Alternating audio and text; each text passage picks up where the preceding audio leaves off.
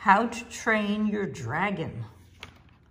Long ago, fire-breathing dragons stole food from the Vikings of Berk every night. And every night, the Vikings tried to stop them. But one young Viking called Hiccup was not allowed to fight dragons. His father, Stoic, put him to work in the village blacksmith shop instead. Stoic was the fearless leader of the Vikings. Hiccup begged his father to let him fight dragons alongside the other kids. "You're too kind-hearted and gentle to fight," his father replied. Hiccup decided if he fought a dragon on his own, everybody would see that he was brave and strong. One night, Hiccup snuck out with his new dragon-catching invention called the Mangler. He found a spot high up on a cliff and waited. Suddenly, something fast zoomed by Hiccup's head. He aimed the Mangler and fired into the darkness. Then he heard a loud roar. Hiccup's eyes grew big. "I think I got him," he cried. But there was no time to celebrate. Another dragon chased Hiccup through the village. Stoic scared it away, but not before Hiccup accidentally let all the captured dragons get away too. His father was furious. A Viking boy pointed at Hiccup and laughed. "I've never seen anyone mess up so badly." The next day, Hiccup found the dragon he'd caught. It was a night fury. He saw that the dragon's tail was broken. Hiccup felt so bad that he cut the poor dragon loose. The dragon knocked Hiccup to the ground, but then it just turned and ran away. Hiccup decided that maybe all the bad things he'd heard about dragons were not true. He went to tell his father that he didn't want to fight them anymore. "You are going to the Dragon Training Academy," Stoic said.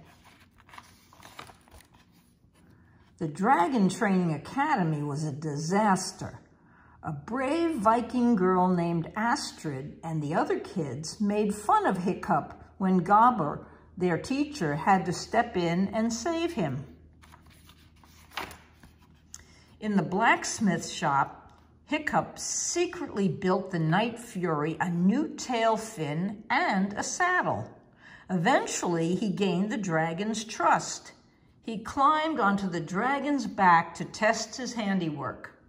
"I did it," Hiccup cheered as they flew through the sky. The two soon became friends, and Hiccup named the dragon Toothless. Hiccup learned all sorts of dragon secrets from Toothless. For example, he learned that dragons are ticklish and that they really hate eels. One day, at the Dragon Training Academy, Hiccup calmed an angry two-headed Zippleback. Nobody saw Hiccup show the creature a slimy eel. Hiccup and Astrid became friends. When Hiccup was showing Astrid how to ride Toothless, the pair learned that the dragons were taking the Vikings' food to their own leader, a huge dragon called the Red Death. At the Dragon Training Academy, Stoic and Toothless confronted each other, and Hiccup defended the Night Fury. "Leave him alone," he cried. Hiccup explained that the dragons weren't bad. The Red Death was forcing them to take the Vikings' food.